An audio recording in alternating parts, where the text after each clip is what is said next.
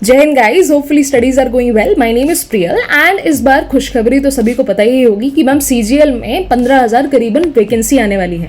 लेकिन मैम हम जब सर्च कर रहे हैं सीजीएल एसएससी तो उसमें ऐसा दिख तो नहीं रहा है वैकेंसी के बारे में, ठीक है। तो उसकी इन्फॉर्मेशन मैं ऑथेंटिक तरीके से आपको बताती हूँ। पहले मुझे सब्सक्राइब कर लो, मेरे चैनल को सब्सक्राइब कर दो। और हम एसएलवी टीम्स हैं तो हम लोगों की जो इन्फॉर्मेशन आपके द्वारा दी जा रही है वो इन्फॉर्मेशन बहुत सारी जगहों से कलेक्टिव करके ही मैं आपको एक वीडियो प्रेजेंट कर रही हूँ, ठीक है। तो इस चीज़ को प्लीज़ दिमाग में रखिएगा और ये आपकी बहुत बेनिफिशियल होने वाली है अगर आप ये पूरा वीडियो देखेंगे, ठीक है। और मैं ये भी बताऊंगी कि आपको 4 मंथ में क्या क्या आपकी पूरी स्ट्रैटेजी होनी चाहिए, ठीक है।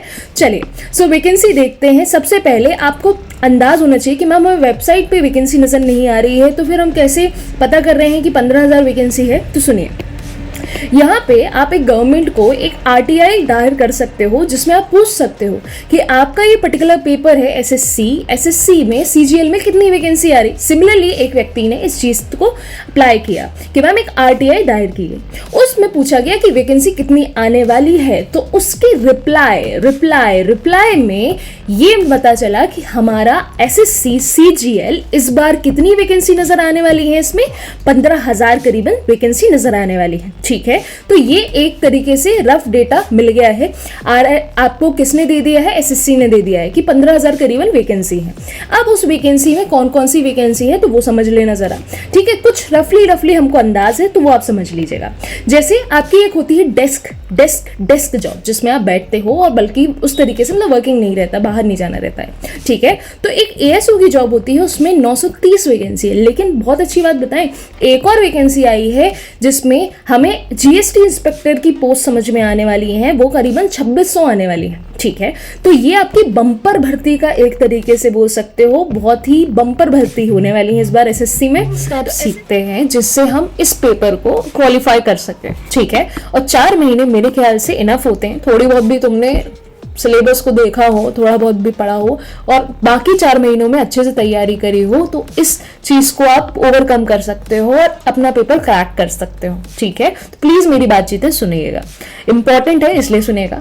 कंप्लीट करना है आपको सिलेबस सबसे पहले। अब सिलेबस क्या क्या है मैम वो भी बता दूँ तो वो भी मैं बताती हूँ, ठीक है।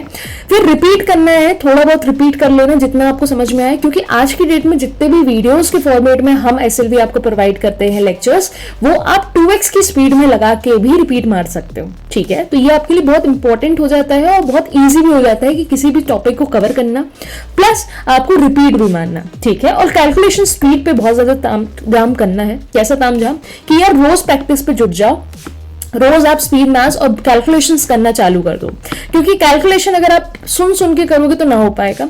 लेकिन कैलकुलेशंस के लिए आप लोगों को रोज अपनी इस कैलकुलेशन और रोज मैथ्स और रीजनिंग के कुछ ऐसे टॉपिक्स करने पड़ेंगे जो इंपॉर्टेंट है और स्पीड आपको पेपर में भी दे पाए, ठीक है। तो आप एक कैलकुलेशन, ये 3 चीजें मिला के ही आपका पेपर क्वालिफाई होगा। अब सिलेबस क्या है तो मैं डायरेक्टली गूगल पे लेके चलती हूँ आपको, वहीं से अपन देखते हैं जिसमें आपको भी देखने में बार बार सहूलियत रहे, ठीक है।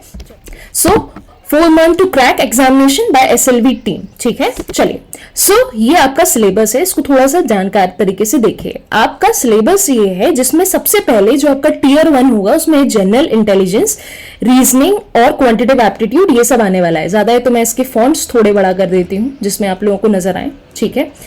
होपफुली ये अब नजर आ रहा है आपको, हाँ जी सबको, यस और नो प्लीज बताइएगा, ठीक है।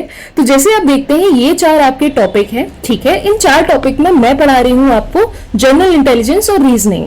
आपको गुप्ता सर पढ़ाते हैं, Manish Gupta sir general awareness, quantitative aptitude आपको पढ़ाते हैं वीर सर और इंग्लिश पढ़ाते हैं एमी सर। अब इसकी स्ट्रेटेजी समझिए। जो आप लोगों के लिए एसएलवी टीम में ज्वाइन करने से फायदा क्या होने वाला है कि हमने almost syllabus topic wise cover कर भी दिया है।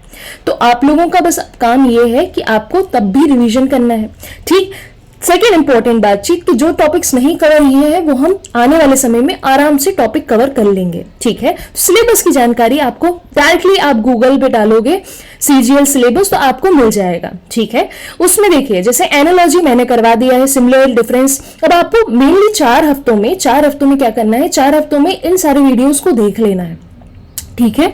और जो नए वीडियोस आ रहे हैं हम फिर इसके बाद आपको सीजीएल के पीवाईक्यूज करवाएंगे, ठीक है। तो PYQs भी आप देख सकते हो। तो जैसे एनालॉजी मैंने करवा दिया है, सिमिलरिटी डिफरेंसेस आपको नजर आएंगे, स्पेस विजुअलाइजेशन। मैंने एक्चुअली में ये जो टॉपिक है ना बच्चे मतलब यूजली सब जगह पे आप देखोगे स्पेस विजुअलाइजेशन के अंदर जो टॉपिक्स होते हैं उनके नाम दिए रहते हैं, लेकिन मैंने एक बल्क में स्पेस विजुअलाइजेशन ही नाम का टॉपिक बनाया है जिसके अंदर मैंने सब टॉपिक्स कन्वर्ट कर दिए हैं। ठीक है, ये भी मैंने करवाया है। अगर आप सर्च करोगे SLV SSC रेलवेज में तो आपको ये मिलेगा। ठीक है, आपको spiral orientation, problem solving, analysis, judgement, decision making, visual memory, discrimination, ठीक है, ऑब्जर्वेशन, ये सब मैंने करवाया। रिलेशन को ब्लड रिलेशन होता है, लेकिन रिलेशन कंसेप्ट आप सर्च करते हो ना तो आपको मेरा वीडियो मिलेगा। ठीक है, अर्थमेटिक, ये सारी चीजें ऑलमोस्ट देखिए पूरा सिलेबस मैंने ऑलमोस्ट कवर करवा दिया है। और एक चीज ध्यान रखिएगा, CGL और CHSL में थोड़ा ही फर्क होता है, और हम जो आपको सिलेबस कराते हैं वो ओवरऑल सारे कॉम्पिटिटिव्स का कॉमन सिलेबस होता है। ठीक है, तो अगर आपको ऐसा लग रहा है कि मैम उसमें CGL लिखा है, लेकिन नहीं जी, CGL और CHSL के वैरायटी ऑफ क्वेश्चन है, इजी क्वेश्चन से हाई क्वेश्चन जो लेवल होता है सब किया है। ठीक है, तो आप किसी भी एग्जाम को टारगेट करो तो आपका फायदा ही होगा, कहीं नुकसान नहीं है। कोडिंग डिकोडिंग सारे, वेन डायग्राम, सब ऑलमोस्ट सब कुछ करा दिया है मैंने। तब भी मुझे ऐसा लगेगा आप लोग अगर बोले जैसे एक ये वाला नहीं है, डेट एंड सिटी मैचिंग अभी मैंने नहीं किया है तो ये मैं जल्दी करवा दूंगी। ठीक है, उसके बाद देखिए ये सारे इमोशनल इंटेलिजेंस बस रह गया, सोशल इंटेलिजेंस बस रह गया, क्रिटिकल थिंकिंग हो गया है, एम्बेडेड फिगर हो गया है, स्मॉल एंड कैपिटल लेटर्स रह गया है बस। उसके अलावा ये पूरे टॉपिक्स आपके हो चुके हैं, पूरे ऑलमोस्ट हो चुके हैं। आप खुद मेरी प्लेलिस्ट देख सकते हो। ठीक है, क्लियर है। अब मेरे अलावा और भी टीचर्स हैं जिनका आप सिलेबस देखो, जैसे यहाँ पे आप करंट अफेयर्स और इनमें स्टैटिक जीके में भी देख सकते हो, जनरल अवेयरनेस में। इसको आपको general awareness of environment and its application in society, ये आपने ऑलमोस्ट सर ने करवा दिया है, एक बार उनसे भी गो थ्रू हो जाइएगा। करंट इवेंट्स रोज सर करवाते हैं। ठीक है, एक्सपीरियंस, ठीक है, तो ये सारी चीजें ऐसी हैं कि जो आप बस सुन सुन के कर सकते हो। ठीक है, history, culture, geography, economics, science, polity, ये सब करवा दिया है। ठीक, अब क्वांटिटेटिव एप्टीट्यूड पे आओ। ठीक है, अब क्वांटिटेटिव एप्टीट्यूड में आप खुद देख सकते हो ये सारे टॉपिक विपिन सर ने ऑलमोस्ट एक बार करवा भी दिए हैं। ठीक है, एक बार आप गो थ्रू उनकी प्लेलिस्ट में हो सकते हो। तो बस आपको बस 4 वीक क्या करना है, इन वीडियोस को मन लगा के देखना है। इन वीडियोस को जितना मन लगा के देखोगे और बचे हुए सिलेबस हम SLV टीम जितना भी एक आध दो टॉपिक रह गया होगा मोस्ट प्रोबेबली वो हम कराते चलेंगे, प्लस हम आपके पास प्रीवियस ईयर क्वेश्चन की सीरीज भी ले आएंगे, प्लस हम और एडिशनल क्वेश्चंस के साथ इन टॉपिक्स को कवर करते चलेंगे। इंग्लिश कॉम्प्रिहेंशन में भी आप देख रहे हो एमी सर ने परफॉर्म कर दिया है अपना टास्क, आपको बस पढ़ाई करनी है। वापस आए, चलिए वापस आते हैं। अब आपको 4 मंथ में क्रैक करना है एग्जाम, तो SLV ने आपको पूरा कंटेंट बना के दे दिया है। देखो बेटा, चैनल आपको वैसा लग सकता है, ये हो सकता है कि मैम हमें YouTube पे रिलाय होना चाहिए कि नहीं, तो ये मैं बोलूंगी SSC के लिए अभी के लिए रिलाय बिल्कुल हो सकते हो, 100% हो सकते हो। क्यों हो सकते हो? क्योंकि 100% इसलिए हो सकते हो क्योंकि SLV का मेन टारगेट ही ये था कि हम पहले सब बच्चों को फ्री एजुकेशन ही प्रोवाइड करेंगे, तो इसलिए हमने पूरा सिलेबस अपना SSC का और बाकी सबका टॉपिक वाइज सभी जगह कवर किया है। ठीक है, सभी टीचर्स ने टॉपिक वाइज सिलेबस कवर किया है, क्योंकि टॉपिक वाइज सिलेबस कब मिलता है एग्जाम के ड्यूरेशन में, तो हमने टॉपिक वाइज भी करा है और एग्जाम जैसे ही चालू होने लगेंगे उस समय पे हम मिक्स क्वेश्चंस की सीरीज भी लेके आ जाएंगे। ठीक है, तो 4 मंथ में बस आपको हमारे वीडियोस देखते चलना है, साथ में क्रैक करते चलना है।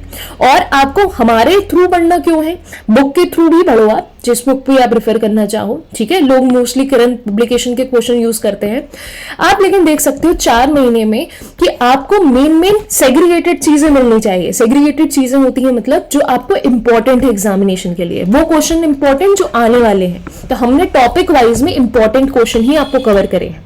ठीक है, हमने हर टॉपिक का इंपॉर्टेंट क्वेश्चन ही आपको पढ़ाया है, तो बस इंपॉर्टेंट क्वेश्चन आपको पढ़ते चलना है। 4 महीने तक आपको कैसे ना कैसे तैयारी कर लेनी है, जैसी तैयारी होने वाली है तो उसके बाद फिर हम Tier 2 की तैयारी पे जुट जाएंगे। ठीक है, सबसे पहले थोड़ा सा और जानकारी लीजिए, जैसे इतना तो बेसिक समझ में आ गया, अब इसके बाद जिसको अटेंड करना है क्लास तो कर सकते हो, नहीं तो आप प्लीज लीव कर सकते हो। इसमें थोड़ा सा मैं डिटेल में जाना चाह रही हूँ। ठीक है, चलिए, जैसे SSC CGL की पोस्ट देखोगे तो 3 कैटेगरी में ही आती हैं। ठीक है।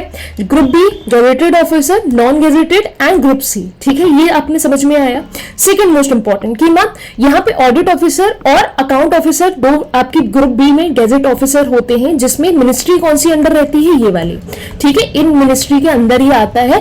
प्लस आपको एज आपकी कितनी होनी चाहिए, 30 से एक्सीड नहीं होनी चाहिए, मतलब आप 30 से कम के ही होने चाहिए। इक्वल टू साइड नहीं, मैं इक्वालिटी ज्यादा पढ़ा दे रही हूँ, चलो ठीक है, क्लियर है, समझ में आया। तो आप 30 से कम उम्र के होने चाहिए, सबसे बड़ी बातचीत। उसके बाद मैम क्या क्या पोस्ट है, तो जिनको देखना हो तो एक बार गो थ्रू हो सकते हो, ये सारी पोस्ट है, ठीक है, ये आपकी ग्रेड बी के हैं, ये सेकेंड वाला क्लाइड बीसी का है। अब ग्रेड सी के आओ, ग्रेड सी के लिए आपको पोस्ट कौन सी नजर आने वाली है, ये वाली, ठीक है। तो आप देख सकते हो जिस भी पोस्ट के लिए, अब ये पोस्ट जो रहती है ना, जैसे जो भी आपको पोस्ट मिलने वाली है, इस पोस्ट का भी फंडा समझाती हूं मैं। ये जो आपको पोस्ट मिलती है ये इस तरीके से मिलती है कि आपके 2 टीयर होते हैं, ठीक है, टीयर 1 और एक होता है आपका टीयर 2। टीयर 1 जो होता है ना बेटा, टीयर 1 जिसमें मैंने अभी आपको सिलेबस दिखाया, ठीक है, उस सिलेबस में क्या होता है, बस आपको क्वालिफाई करना रहता है। क्या करना पड़ता है, बस क्वालिफाइंग नेचर का रहता है। जैसे ही आप क्वालिफाई करते हो ना, तो उसका काम खत्म हो जाता है, उसके जो मार्क्स आपको मिले हैं ना टीयर 1 में, उसका काम खत्म हो जाता है। फिर आप देखते हो टीयर 2। टीयर 2 जब आप देते हो ना, टीयर 2 के बाद क्या होता है, आपका ऐसे भी होता है, ठीक है, ऐसे के बाद आपका नेक्स्ट भी स्टेप होता है, ठीक है। तो उसके बाद आप क्या करते हो, ये जो 3 स्टेप हैं, ये जो 3 स्टेप हैं, इनका कैलकुलेटिव आपका एक क्या बनता है, मार्क्स बनते हैं, ठीक है। और उन मार्क्स के हिसाब से आपका एक स्कोरिंग बनती है, उस स्कोरिंग के हिसाब से आपको क्या मिलती है, रैंकिंग मिलती है। क्वालिफाई के बाद उस स्कोरिंग के बाद आपकी रैंकिंग बनती है, ठीक है, कि आपकी कौन सी रैंक है, उसके अकॉर्डिंग आपको पोस्ट अलॉट होती है कि आप कौन सी पोस्ट पे जा रहे हो, ठीक है। तो वो ये पोस्ट हैं, ठीक है, इंस्पेक्टर, इनकम टैक्स इंस्पेक्टर, ठीक है, ये वो पोस्ट है जो आपको क्या मिलती है, टीयर 1 और उसके टीयर 2 और उसके बाद आपको जब आप क्या देते हो, ऐसे देते हो, लास्ट स्टेज पे जाते हो, उसके बाद आपको मिलती है। क्लियर है। उसके बाद आपकी ट्रेनिंग भी होती है, तो इस सब चीजों के बारे में थोड़ा आपको डिटेल बाद में मिलेगी, पहले तो अपन समझ लें, ठीक है। तो ये सारी पोस्ट है, अगर आप इच्छुक हो एग्जामिनेशन के लिए कि यार ये लोग सब इंस्पेक्टर कहां से बनते हैं, ये सारे इसी एग्जामिनेशन से बनते हैं, असिस्टेंट, ठीक है, ये सारे यहाँ की पोस्ट ही हैं। क्लियर है, समझ में आ रहा है आपको। चलिए एक और इन्फॉर्मेशन देती हूँ कि ये आपका नेशनल वाइज रहता है examination, once in a year, एक साल में बस एक ही बार होता है। तो तुम्हारे पास एक बार मौका मिला है कि यार 15,000 वैकेंसी है, तो तुम चौका मार दो मेरे ख्याल से, है ना। चलो फिर उसके बाद एप्लीकेशन डेट किस तारीख को स्टार्ट हो रही है, तो 11 जून में चालू होंगी, ठीक है, आज भी यही चल रहा है, जून में चालू होंगी, फिर 10 जुलाई को खत्म हो जाएंगी, मतलब ऑलमोस्ट 1 मंथ है तुम्हें अप्लाई करने के लिए। कोशिश करना जल्दी अप्लाई करना, क्योंकि एसएससी में और आपको एक और ध्यान रखना है कि एसएससी में जब भी अप्लाई करो तो थोड़ा नोटिफिकेशन पढ़ लेना, पिक्चर विक्चर और बाकी साइन वाइन से रिलेटेड बहुत इश्यूज हो जाते हैं, तो एक बार थोड़ा पढ़ के ही फॉर्म फिल करना, ठीक है। उसके बाद एक और इंपॉर्टेंट बातचीत क्या मैम, कि यहाँ पे लोग कितने अप्लाई कर रहे हैं, तो बहुत सारे लोग, करीबन कितने लाख लोग अप्लाई कर रहे हैं, ठीक है, 20 लाख लोग अप्रोक्सीमेटली अप्लाई करते हैं यहाँ पे। तो आप खुद सोच लो, आपको उन 15,000 लोगों के बीच में आना है, ठीक है, ठीक है, क्लियर है। तो आपको ये अपना कंपटीशन अलग दिखने वाला है कि 20 लाख लोग हैं मैम, ठीक है, 20 लाख लोगों में से हमें 15 लाख, ये मेन चीज है जो आपको फोकस करनी है एग्जामिनेशन के। और यही मेन आपके लिए क्या होगा, एक तरीके से आपके ऊपर एक बोल सकते हो ना, एक पुश रहेगा कि यार हमें 15,000 में आना है, 20 लाख की बाहर की भीड़ में नहीं आना है। जनरल कैटेगरी में आपको फीस लगती है 100 रुपए, क्योंकि नॉमिनल है, गवर्नमेंट एग्जाम है, तो 100 रुपए ही आपको लगेगी, बाकी वुमेन्स को शायद रिलैक्सेशन रहता है यहाँ पे, ठीक है। उसके बाद टायर 1 जो रहेगा वो 1 घंटे का पेपर रहता है, जिसमें आपको अलग अलग तरीके से डिस्ट्रीब्यूट कर दिया जाता है, ठीक, कि मैम 25 क्वेश्चन इसके आते हैं रीजनिंग के, क्वांट के, ठीक है, फिर 30 आते हैं, फिर उसके बाद 20 आते हैं, इस तरीके से आपके डिवीजन रहते हैं जनरल अवेयरनेस इंग्लिश के। पेपर 2 क्या होता है, पेपर 2 इतने मिनट का होता है, ठीक है। पेपर 1 टीयर 2 में पेपर 1 जो होता है इतने मिनट का, पेपर 2 मैंने वही बताया ऐसे वाला, पेपर 3 आपके इतने मिनट का, ठीक। तो ये 3 टीयर 2 की बातचीत, ये भी साथ साथ में प्रिपरेशन अपन चलाते रहेंगे, वरना ऐसा ना हो कि एक क्वालिफाई हो जाए दूसरे में क्या करें, ठीक है। तो इसकी भी संग संग में प्रिपरेशन चलती जाएगी, ठीक है। अब कोई भी डाउट होता है तो हेल्प डेस्क नंबर भी एसएससी का, जैसे आपसे कुछ गड़बड़ी हो गई या कुछ भी ऐसा इश्यूज है, ठीक है, कि हमें यहाँ रहना है, यहाँ से भरना है, कैसा भी कुछ भी इश्यूज है, तो खुद एसएससी आपको हेल्प डेस्क नंबर देता है। इंग्लिश हिंदी दोनों में आपका पेपर होता है, ठीक है। तो ये कौन कंडक्ट कराता है, ठीक है, और ये मतलब पर्पस क्या होता है, ग्रेड बी और ग्रेड सी के ऑफिसर्स के लिए होता है ये, ठीक है। चलो ऑफिशियल वेबसाइट भी ये है, अगर आप सर्च करना चाहो तो यही सर्च करो। कंप्यूटर बेस्ड एग्जामिनेशन रहेंगे दोनों के दोनों, ठीक है, ध्यान रखना। तो ध्यान रखना यहाँ पे टाइपिंग स्पीड भी मैटर करती है क्योंकि ऐसे राइटिंग है, ठीक है। चलिए नेक्स्ट इंपॉर्टेंट, ये तो मैंने बता ही दिया मैम। एग्जामिनेशन का डेट कब है? तो अगस्त सितंबर में होगा, मतलब करीबन 3 से 4 महीने हैं तुम्हारे पास, ठीक है। 3 से 4 महीने हैं, आराम से पूरी चीजें तुम्हारे पास रखी हुई हैं, बस तुम्हें पढ़ना है, ठीक है। और रिजल्ट भी अक्टूबर में आ जाएगा, ठीक है। चलिए सो एज लिमिट वगैरह मैं यहाँ पे है, मैंने वो बाद में वो सब चीजें देख लेनी है, ठीक है। चलो सो मोस्ट इंपॉर्टेंट बातचीत कि भाई हमें ये पता होना चाहिए कि वैकेंसी आ गई है और हमें तैयारी चालू कर देनी है, ठीक है। तो डिटेल जो भी चीजें हैं आपको मैं धीमे धीमे करके वीडियोस के थ्रू एक्सप्लेन आउट करती जाऊंगी। आपको कोई भी दिक्कत हो या कोई भी टॉपिक में समझने की दिक्कत हो या कुछ भी ऐसी रिक्वायरमेंट हो जो SLV टीम आपकी हेल्प कर पाए तो प्लीज हमें बताइएगा। वीडियो अच्छा लगे तो भी बताइएगा। और आप सभी लोगों से निवेदन है सब्सक्राइब करो चैनल। और हम लोगों की कुछ टाइमिंग है जिसमें हम ऑनलाइन आपको लाइव पढ़ाते हैं, तो उन टाइमिंग पे भी आके आप पढ़ाई कर सकते हो, ठीक है जी। चलिए thank you so much for connecting for so long. जय हिंद, जय भारत, खूब पढ़ो और आगे बढ़ो। चलो।